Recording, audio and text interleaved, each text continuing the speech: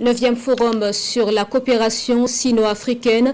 Les travaux ont pris fin le 6 septembre dernier. La délégation burkinabé se dit satisfaite et annonce un renforcement de la coopération dans de nombreux domaines tels que l'agriculture, l'élevage, la sécurité et l'énergie. Le Premier ministre dresse le bilan de la participation du pays.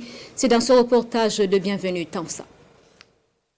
Le séjour chinois s'avère pour la délégation burkinabé celui d'un pas en avant dans le renforcement de l'axe Ouagadougou-Pékin.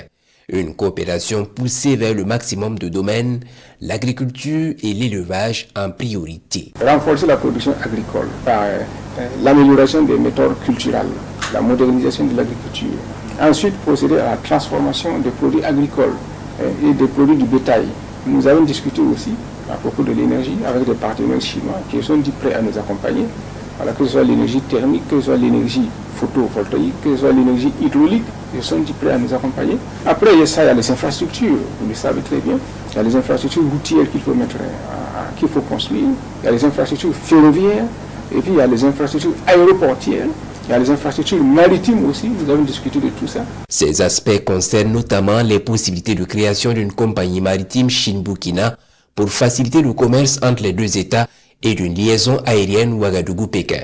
Avec le partenaire chinois, il a été évoqué le renforcement de la coopération dans les domaines de la sécurité, des mines, de l'immobilier, de la culture, du sport, et la liste n'est pas exhaustive. Partout, ils ont montré de la bonne volonté. Et donc, je pense que ça dépend de nous maintenant. On a visité des entreprises d'exploration spatiale, voilà, des entreprises de fabrication de matériel militaire. Dans tous ces domaines, ils sont prêts à coopérer avec nous. Et nous avons visité aussi la maison de recherche géologique de la Chine. Et ils se sont dit intéressés, n'est-ce pas, pour nouer un partenariat avec nous et contribuer à finaliser l'exploration minière au Burkina Faso. Nous avons parlé également de barrages hydrauliques. Nous avons visité, n'est-ce pas, la maison, n'est-ce pas, qui s'occupe de ça. Je leur ai parlé du FESPACO, Festival panafricain du cinéma de Ouagadougou, dont Ouagadougou est la capitale du cinéma africain. Et donc, ils ont montré leur intérêt, parce qu'ils ne savaient pas tout cela. Je leur ai parlé du CIAO, Salon international de l'artisanat de Ouagadougou.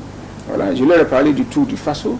Ça, c'est le niveau culturel et puis sportif. En Chine, il s'est également agi de défendre des intérêts communs au pays de la Confédération AIS, Niger, Mali, Burkina Faso. C'était de s'encourager et puis de faire en sorte que le projet de l'AIS aille de l'avant. Voilà. Parce que vous savez que nous n'avons pas que des amis. Voilà. Donc, comment faire, n'est-ce pas, pour déjouer les pièges des uns et des autres et puis aller toujours de l'avant.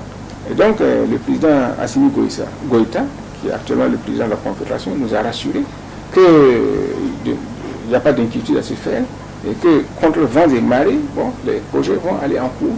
En vue d'approfondir les échanges, une mission d'experts chinois est attendue à Ouagadougou d'ici à la fin de l'année.